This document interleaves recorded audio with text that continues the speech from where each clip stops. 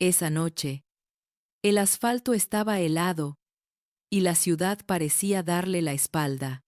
Él, con la camisa rota y los zapatos llenos de polvo, buscaba un rincón donde apoyarse. Nadie lo reconocía. Nadie imaginaba que, hasta hacía poco, dormía en una cama cómoda, bajo el techo de una casa llena de fotografías familiares. Esa casa, la casa de sus padres, la había vendido él mismo, a escondidas, persiguiendo un sueño de riqueza rápida. Mientras abrazaba su propio cuerpo para espantar el frío, vio, a lo lejos, un grupo de voluntarios con chalecos de una iglesia repartiendo sopa y pan. Y en ese preciso momento, una frase lo atravesó como un rayo. Así habría terminado su padre, así habría terminado su madre, en la calle, por su culpa. Esa noche, antes de que saliera el sol, Dios le mostraría que la peor pobreza no era la falta de dinero, sino la falta de corazón. La casa de Ernesto y Rosa era pequeña, antigua, con paredes que crujían cuando llovía fuerte. Pero para ellos era un palacio. Llevaban más de 40 años viviendo allí. En esas 4 paredes habían criado a sus 3 hijos. Carlos, el mayor, Lucía, la del medio, y Andrés, el menor, que ahora vivía en otro país. Ernesto, ya jubilado, caminaba despacio, con la espalda algo encorvada por los años de trabajo en la construcción. Rosa, con su delantal floreado, cuidaba cada rincón del hogar como si fuera un tesoro. Cada mañana, antes de cualquier cosa, Rosa abría su Biblia, la ponía sobre la mesa del comedor y oraba por sus hijos. Carlos, el mayor, siempre había sido el más ambicioso. Desde joven hablaba de crecer, de no ser pobres toda la vida, de invertir. Había estudiado algo de administración y se movía con soltura entre palabras como negocio, rentabilidad, oportunidad. Sin embargo, a sus 38 años, todavía no lograba el éxito que se había prometido. Un negocio tras otro, y siempre algo salía mal. Lucía, en cambio, había elegido la estabilidad. Trabajaba como enfermera en un hospital cercano. Visitaba a sus padres casi todos los días y se encargaba de llevarles medicinas, revisar sus citas médicas y pagar los servicios. Ella era el puente entre la fe sencilla de sus padres y el mundo rápido y exigente en el que vivía Carlos. A simple vista, la familia estaba en paz. Se reunían los domingos para almorzar. Ernesto contaba historias viejas. Rosa sacaba sus mejores platos.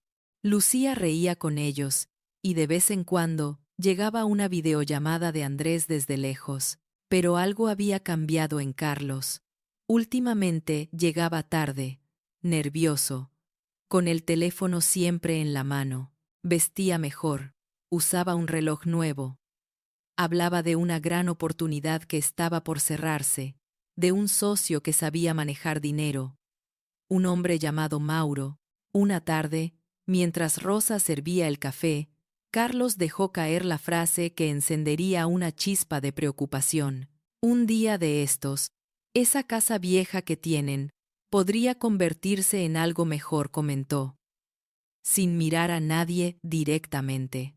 Se podría vender, comprar algo más moderno, más cómodo. Ernesto alzó la vista, con los ojos cansados. Esta casa no es perfecta, dijo. Pero aquí crecieron los hijos. Aquí Dios nos ha cuidado. Más moderna no significa más feliz, hijo.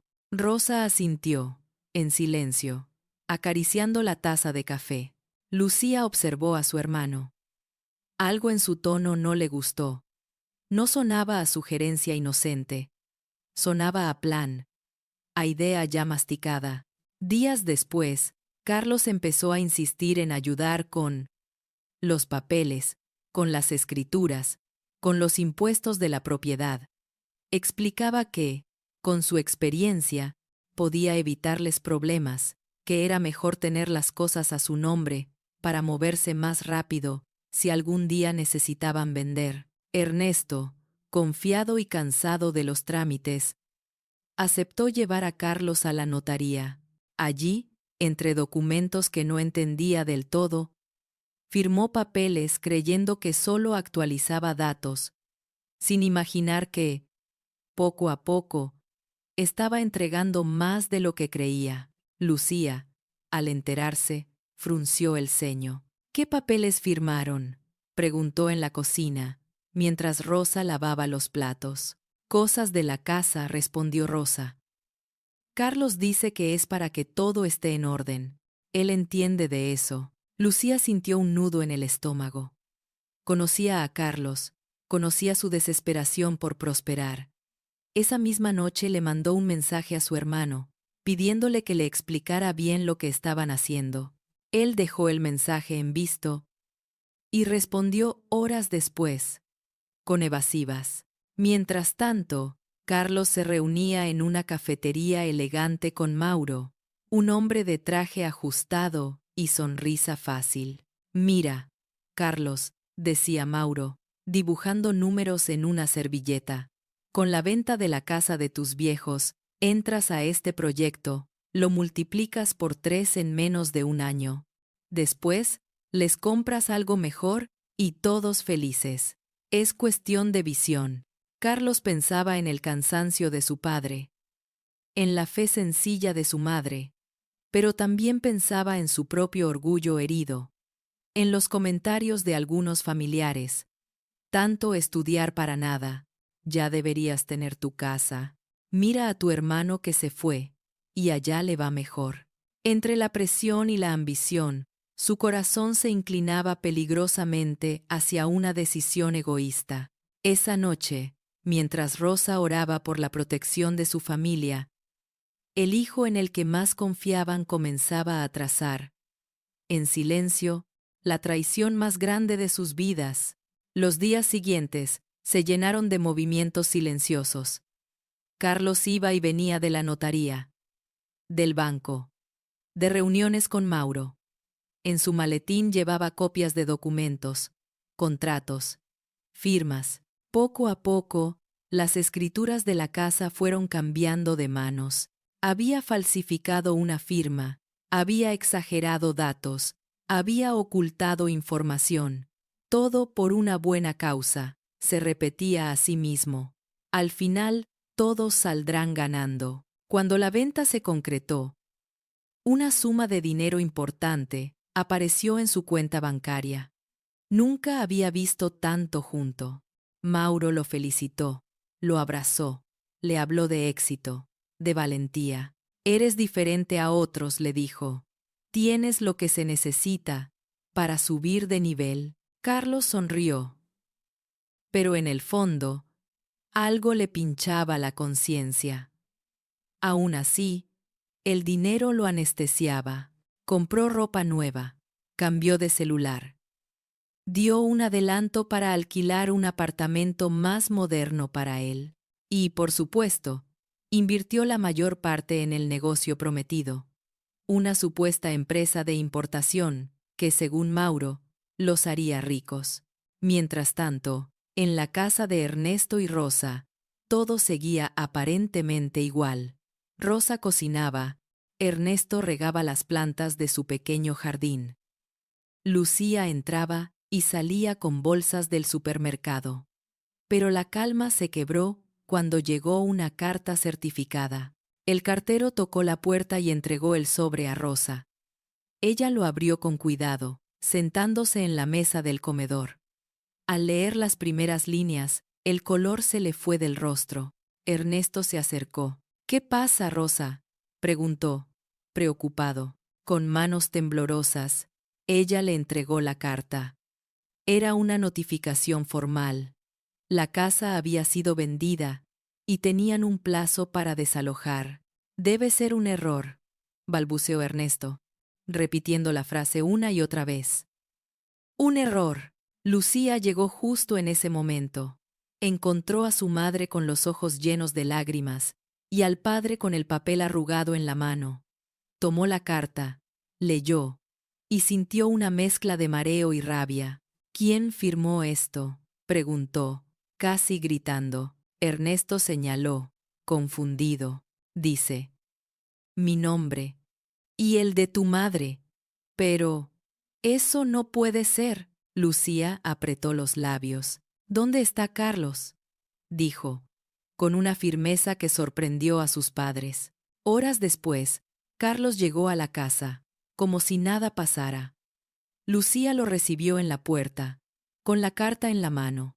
Explícame esto, dijo, clavando su mirada en él. Carlos intentó esquivar el tema. Habló de malentendidos, de tecnicismos legales. Pero Lucía no se movió ni un centímetro, bloqueando la entrada. ¿Vendiste la casa?, preguntó, sin rodeos. Ernesto y Rosa, detrás de ella, esperaban la respuesta. Con el corazón encogido, Carlos tragó saliva. Es temporal, dijo al fin. Es una inversión. Con ese dinero entré en un negocio que nos va a cambiar la vida. Les conseguiré una casa mejor, en un lugar mejor. No se preocupen. Rosa comenzó a llorar. ¿Sin preguntarnos?, susurró. ¿Sin decir nada? Ernesto se sentó, como si su cuerpo no soportara la noticia. Esta casa, dijo, con la voz quebrada, no es solo ladrillo, hijo. Aquí enterramos a tus abuelos. Aquí, aquí. Dios nos levantó cuando no había nada. ¿Cómo pudiste? Carlos se defendía con frases que sonaban huecas. Lo hice por ustedes, para que vivan mejor, para que no sigan en este barrio viejo. Lucía no soportó más. No mientas, gritó. Lo hiciste por ti. Porque no soportas sentirte menos que los demás. Porque siempre estás compitiendo con todos. Vendiste la casa de tus padres a escondidas. El silencio que siguió fue más doloroso que cualquier palabra. Rosa se abrazó a sí misma, como si tuviera frío. Ernesto miraba al suelo, luchando entre la indignación y el amor por su hijo. Los días siguientes fueron una tormenta. Reuniones con abogados, visitas a la notaría, consultas con vecinos. Todo confirmaba la misma realidad. La casa estaba legalmente vendida. El nuevo dueño planeaba remodelar, demoler partes, cambiar todo, y ellos debían irse. Carlos, presionado por Lucía y por su propio remordimiento, intentó hablar con Mauro. Debemos frenar esto, dijo. Mis padres no pueden quedarse sin casa así. Mauro, al otro lado de la mesa, ya no sonreía tanto. Mira. Carlos respondió, frío. El trato está hecho. Todo está firmado. Si ahora quieres echarte atrás, el que se arruina eres tú. El dinero está en el negocio. Comprometido. No hay vuelta atrás. A tus padres les puedes alquilar algo, comprar otra casita más adelante. Pero no te me vas a achicar ahora. La presión aumentaba. Lucía apenas le dirigía la palabra. Ernesto y Rosa evitaban mirarlo a los ojos. Andrés, desde lejos, llamaba indignado, diciendo que no entendía cómo su propio hermano había hecho algo así. Y, como si fuera poco, llegó el golpe final.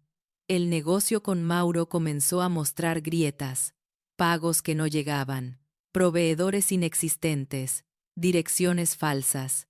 Mauro empezó a retrasar respuestas, a desaparecer unos días, a decir que todo se estaba acomodando, hasta que, de un momento a otro, desapareció por completo. Su número dejó de funcionar. Sus oficinas quedaron vacías. Carlos, desesperado, buscó, llamó, preguntó. Nada. El dinero invertido parecía haberse evaporado. En menos de unos meses, Carlos había perdido la casa de sus padres y el dinero de la gran oportunidad. Lucía lo confrontó una vez más, en medio de la sala medio vacía, mientras empacaban cajas. ¿Ahora qué, Carlos?, dijo, con lágrimas de rabia. ¿Qué les vas a decir? ¿Que todo fue un error? ¿Que Dios proveerá? ¿Desde cuándo usas el nombre de Dios para tapar tus decisiones? Carlos no tuvo respuesta. Solo bajó la cabeza. Por primera vez, la palabra ladrón retumbó en su mente refiriéndose a sí mismo. El plazo se cumplió. Un camión de mudanza se estacionó frente a la casa. Vecinos curiosos observaban desde las ventanas. Rosa acariciaba las paredes mientras caminaba por última vez por el pasillo. Ernesto se detuvo frente al pequeño jardín, tocando cada planta como quien se despide de viejos amigos. Lucía había encontrado un pequeño departamento en alquiler. Sencillo, en un barrio más alejado. No era la casa de sus recuerdos, pero al menos tenían dónde ir. Carlos prometió hacerse cargo del alquiler, aunque sabía que no tenía cómo. Mientras el último mueble salía por la puerta, la traición estaba completa. Pero lo que Carlos aún no sabía era que Dios no iba a dejarlo seguir huyendo de las consecuencias. El día de la mudanza terminó con la familia agotada, física y emocionalmente. El nuevo departamento estaba lleno de cajas, colchones apoyados en la pared, ollas fuera de lugar. Rosa trataba de poner orden. Pero cada objeto que sacaba le recordaba el lugar donde antes estaba en la casa antigua. Ernesto se sentó en una silla plegable, mirando por la ventana estrecha. Desde allí, no se veía el viejo barrio, ni el árbol donde se había colgado la hamaca de sus hijos, ni la iglesia a la que podía llegar caminando. Se veía solo una calle bulliciosa y desconocida. No importa el lugar, Ernesto, dijo Rosa, intentando consolarlo. Mientras estemos juntos, pero sus ojos delataban el dolor. Lucía ordenaba medicamentos en una repisa, colocando con cuidado las pastillas de Ernesto y las de Rosa. Sabía que el estrés no les hacía bien. Sentía una mezcla de furia y responsabilidad. No quería verlos sufrir, pero tampoco quería seguir protegiendo a Carlos de la verdad. Carlos, sintiéndose ajeno, entraba y salía, fingiendo estar ocupado con trámites. En su interior, el peso de la culpa era insoportable. Sabía que no tenía dinero para el alquiler. Sabía que estaba casi en la ruina. Pero su orgullo todavía le impedía confesar la magnitud del desastre. Esa noche, una discusión estalló. No podemos seguir así, dijo Lucía, alzando la voz. Ellos merecen saberlo todo. No solo que vendiste la casa, sino que también perdiste el dinero. Ernesto y Rosa, sentados en la mesa improvisada, miraban a Carlos, esperando. ¿Perdiste el dinero?, preguntó Ernesto, con la voz apagada. Carlos trató de justificarlo. Habló de estafas, de promesas incumplidas, de mala suerte. Yo también soy víctima, decía. Ese hombre nos engañó. Lucía golpeó la mesa con la mano. No interrumpió. Aquí las víctimas son ellos. Tú decidiste vender la casa a escondidas. Tú firmaste. Tú jugaste con lo que no era tuyo. Las palabras cayeron como piedras. Rosa comenzó a llorar en silencio, cubriéndose el rostro con las manos. Ernesto se levantó con dificultad. Caminó hasta su hijo y lo miró directo a los ojos. Si ese hombre nos hubiera engañado a todos juntos, sería diferente, dijo. Pero aquí, quien nos engañó fue nuestro hijo. Carlos sintió como si le arrancaran el aire. No soportaba la mirada de su padre. Ya basta, dijo al final, tomando su chaqueta. No tienen idea de la presión que tengo, de todo lo que he intentado hacer. Parece que nada les alcanza. Lucía se interpuso. ¿Nada nos alcanza? ¿Crees que no valoramos lo que haces? No, Carlos. Lo que hiciste no fue por nosotros. Fue por tu orgullo. Él, desbordado por la culpa y la impotencia, empujó la puerta y salió, dejando atrás a sus padres llorando y a su hermana intentando consolarlos. En la calle, el aire nocturno lo golpeó en la cara. Caminó sin rumbo, repitiéndose que nadie lo entendía, que él solo quería algo mejor. El orgullo quería seguir justificándose, pero una voz en su interior le recordaba la verdad. Había cruzado una línea que no debía cruzar. Se dirigió al apartamento que había alquilado para sí mismo antes de que todo se desmoronara. Allí había dejado algunas ropas y cosas personales. Pensaba pasar la noche allí, alejado de las lágrimas y reproches. En el camino, se detuvo en un cajero automático para revisar su cuenta. El balance era casi aterrador. Unos pocos billetes, apenas para sobrevivir unos días. Sin embargo, aún llevaba algo de efectivo en la billetera. Mientras caminaba por una calle más oscura, distraído por sus pensamientos, dos sombras se acercaron. No se dieron muchos detalles, unos empujones, un tirón, una amenaza. En cuestión de segundos, su billetera, su celular y sus llaves desaparecieron. Lo dejaron sentado en la acera, sin apenas entender lo que había pasado. Se levantó, aturdido, palpándose los bolsillos. Nada.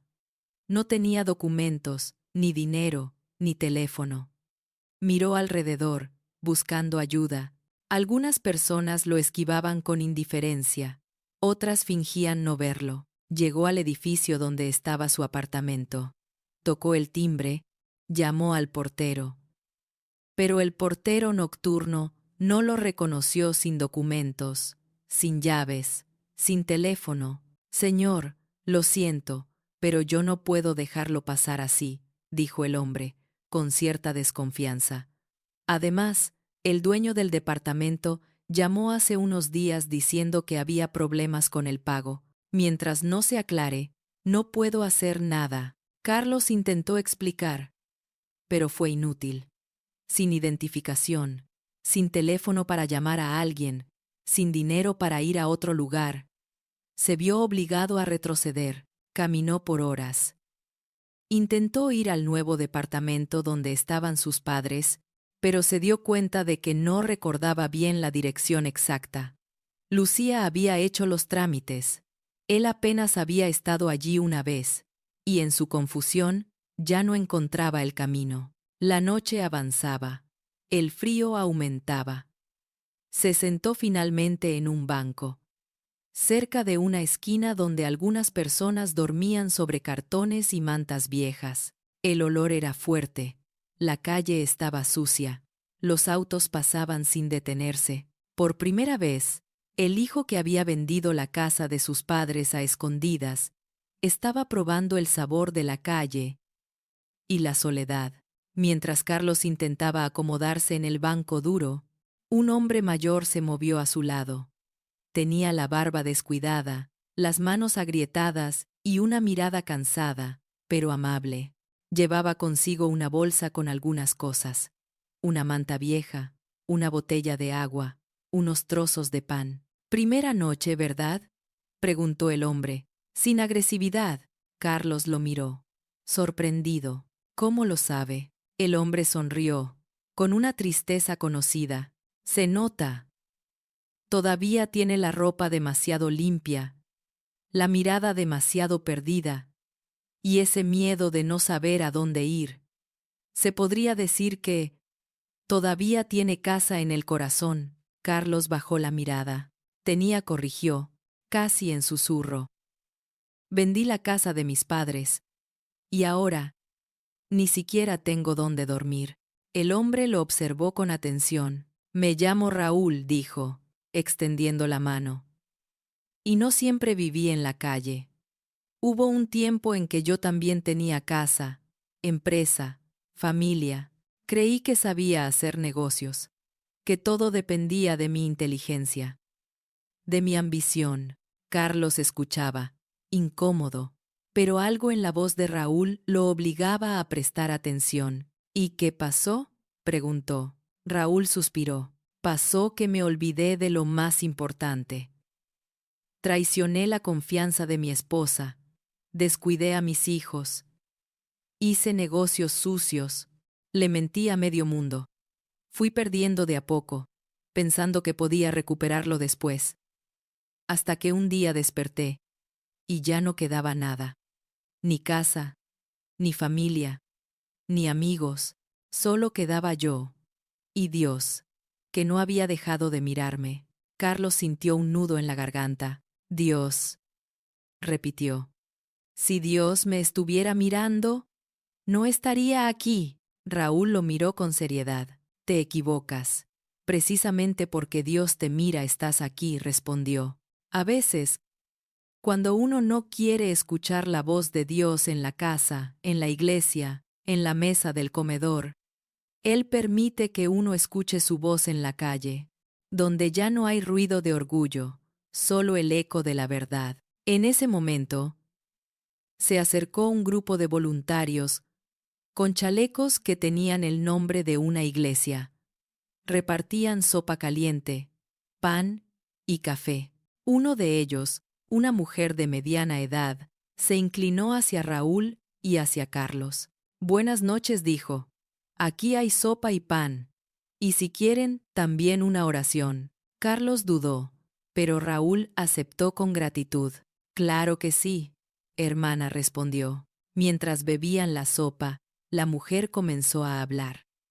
No conocía la historia de Carlos, pero sus palabras lo golpeaban como si lo supiera todo. Hay personas, dijo, que un día toman decisiones que destruyen la confianza de quienes más los aman. Venden lo que no les pertenece, traicionan, mienten, y luego se encuentran vacías, sin casa, sin paz. Pero el Señor todavía las llama, no para humillarlas, sino para que se arrepientan, para que vuelvan, como el hijo pródigo. Carlos apretó el vaso entre sus manos. La referencia al hijo pródigo lo atravesó. Recordó a su madre leyendo esa parábola tantas veces. Recordó a su padre diciendo: Dios siempre recibe al que vuelve de corazón. La mujer continuó: Dios permite a veces una noche en la calle para salvar toda una vida. Permite que el orgullo se rompa, que la persona vea lo que ha hecho, que reconozca el daño. No es castigo por castigo, es corrección por amor. Las lágrimas comenzaron a aflorar en los ojos de Carlos, pero él se las tragaba, avergonzado. Raúl, en cambio, lo miraba con comprensión. ¿Quieres que oremos por algo en especial?, preguntó la mujer. Raúl asintió. Luego miró a Carlos, invitándolo con la mirada. Por mi familia, dijo Carlos, al fin. Y por mí. He hecho cosas muy malas. No sé cómo arreglarlas. La mujer puso su mano en su hombro y oró en voz baja, sencilla, pidiendo a Dios que tocara su corazón, que lo guiara, que lo ayudara a enfrentar las consecuencias con valentía y a buscar el perdón de aquellos a quienes había herido. Esa oración, en medio de la calle, bajo el cielo frío, fue como un espejo para Carlos. Por primera vez, dejó de verse a sí mismo como la víctima de una estafa y comenzó a verse como lo que realmente era, un hijo que había traicionado la confianza de sus padres. Esa noche, al recostarse sobre el banco, usando una parte de la manta que Raúl compartió con él, Carlos cerró los ojos y vio una imagen clara en su mente. Sus padres, ancianos, sentados en la vereda, con maletas a sus pies, sin casa, y él, caminando de largo, sin detenerse. Una voz interior, suave pero firme, le habló en lo más profundo. Esa habría sido su realidad, si yo no los hubiera guardado. Pero ahora, mírate. Estás donde los pusiste a ellos en tu decisión. ¿Qué vas a hacer con lo que te he mostrado? Carlos despertó sobresaltado, con el corazón golpeando. Sabía que no había sido un simple sueño. Dios le estaba hablando claramente. Se levantó antes de que amaneciera, con el cuerpo adolorido pero decidido. Necesitaba volver a sus padres, no como excusándose, sino confesando, no como víctima, sino como responsable. Con la primera luz del día, Carlos comenzó a caminar. Preguntó direcciones, buscó puntos de referencia, hasta que por fin llegó al barrio donde se encontraba el nuevo departamento de sus padres. Llevaba la ropa sucia, el rostro cansado y los ojos hinchados, pero algo en su expresión había cambiado. El orgullo se había quebrado. Lucía abrió la puerta, sorprendida al verlo en ese estado. «¿Qué te pasó?», preguntó, con mezcla de preocupación y recelo. Carlos no se defendió. No inventó historias. «Dios me hizo pasar una noche en la calle», respondió, con honestidad. «Y me mostró quién soy y lo que les hice». Lucía lo miró, sin saber qué decir. Ernesto y Rosa se acercaron, alertados por las voces. «Mamá, papá», dijo Carlos, con la voz quebrada. «No vine a justificarme. Vine a pedir perdón. No solo vendí la casa, también perdí el dinero. Pero anoche entendí que perdí algo peor: su confianza y mi relación con Dios». Las lágrimas comenzaron a correr por su rostro. «Si tienen que denunciarme, si tengo que pagar legalmente por lo que hice, lo aceptaré», continuó. «Pero por favor, no me cierren la puerta del corazón. No merezco su amor, pero lo necesito. Estoy dispuesto a trabajar en lo que sea, a devolver peso por peso, aunque me lleve años». Rosa se tapó la boca con la mano, conmovida. Ernesto lo miró largo rato. En sus ojos aún había dolor, pero también una lucha interna. Lucía observaba la escena, sintiendo que la dureza que había construido en su interior comenzaba a resquebrajarse ante la sinceridad de su hermano. Ernesto dio un paso hacia adelante. «Lo que hiciste fue grave, hijo», dijo, con firmeza. «Nos dolió más que cualquier enfermedad. Pero anoche, tu madre oró por ti. Y yo también. Le pedimos a Dios que te hablara, que te detuviera antes de que fuera demasiado tarde.